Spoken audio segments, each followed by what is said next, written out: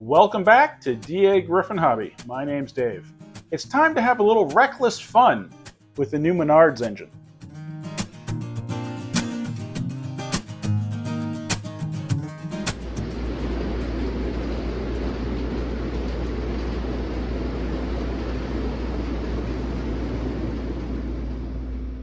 Moving from track 5 to track 1. Track 1 lamp is green. Confirm the green. Cars are rolling through smoothly. We are here now to witness a torture test on this poor Menards engine. I was just filming a video with my scale Hudsons and seeing how much they could pull and how they performed. And I figured, let's see what this Menards engine will do. It's possible it will be just fine. It's possible it will blow up. I don't know. Shear the gears off, overload the E-unit. I have no idea. I certainly don't want to break it, but since I did get it to see what it was, I might as well put it through the paces. I have the track set at 12 volts. I have found that to be perfectly sufficient for this engine. Any higher than that, it just goes too quick. I have operated it down to about 6 volts, but that probably isn't the best for the electronics. Let's get rolling and connect to the train. The air brake test was good, so let's get ready to move. Roger that. We are ready to roll. I just hit that string of cars pretty hard. Hopefully I didn't derail anything. Wow, look at it go, all those invisible cars. Alright, so that coupler is very stiff, but then it's better that it's too stiff and doesn't open up by accident than it does to be too easily operated and let go of the train halfway around the layout. So we're hooked up. Let's see what happens. Then let's go. Dispatcher, 3945 East is ready to proceed. 3945 East, confirm you're ready. Aligning switches to track 1. Have a good trip.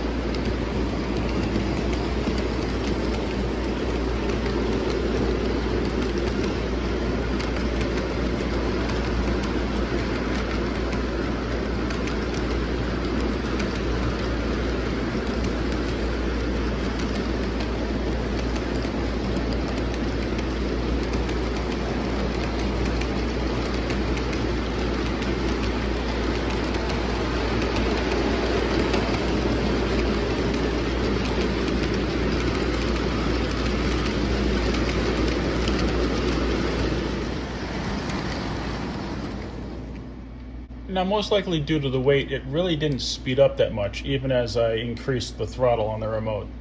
But again, I don't know how much this train weighs, but we got a lot of cars here, so I'm not surprised. I added 3 scale box cars. I'm getting a little nervous as far as, is the train going to tip? Is it going to derail? But, well, you know, all in the name of science, so let's go.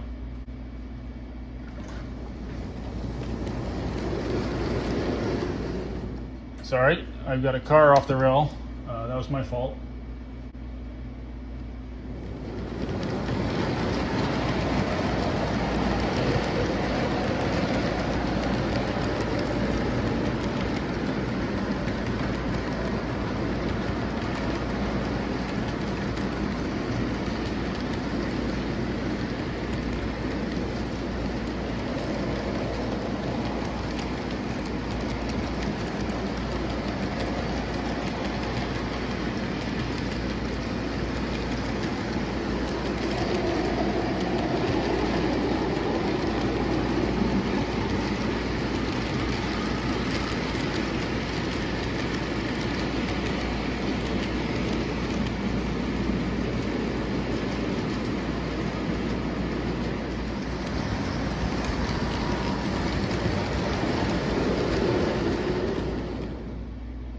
Wow.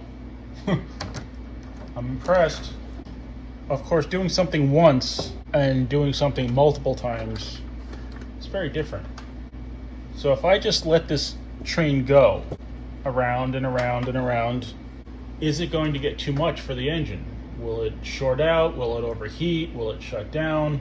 I don't know if I really want to find out. I mean, because I did pay for the thing, so I don't want to trash it.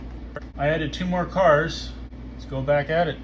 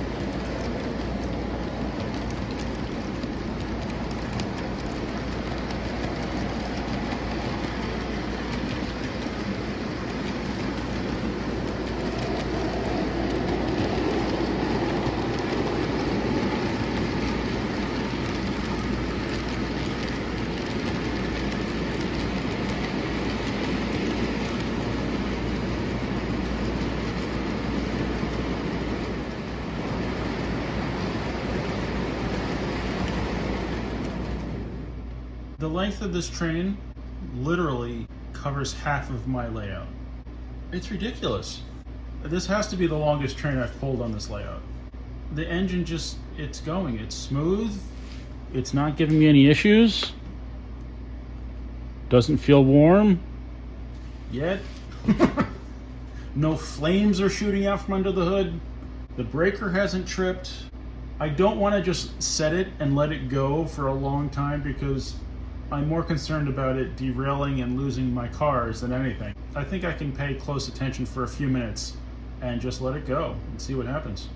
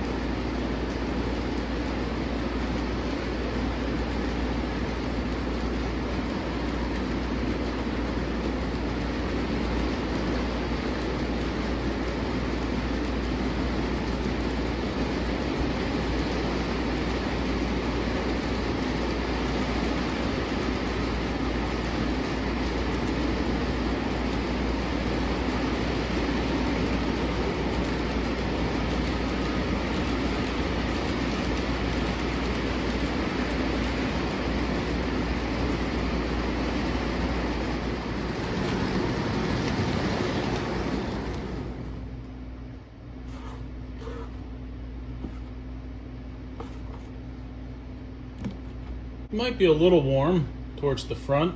That just went around the layout 5 or 6 times. Honestly, I lost count. I'm gonna stop now because I wouldn't do this to any other engine. So I'm not gonna continue to do it to this one. As it is, some of the cars are lifting a set of wheels on the outside of the turn as it's going around the turns, and I really don't want to knock these cars off the track. So more for the preservation of my sanity and my rolling stock, I'm gonna stop.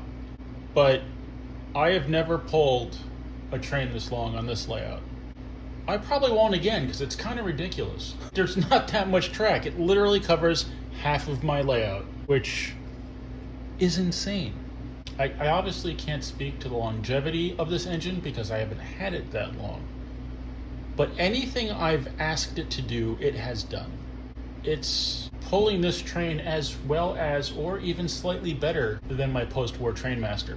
And that Trainmaster is the king, as far as I'm concerned. So, I'm very impressed.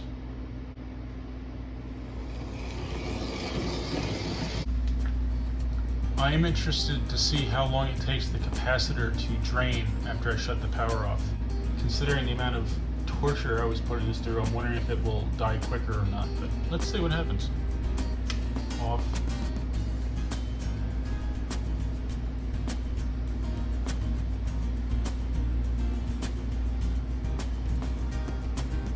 I'd say that capacitor was charged and still doing its job.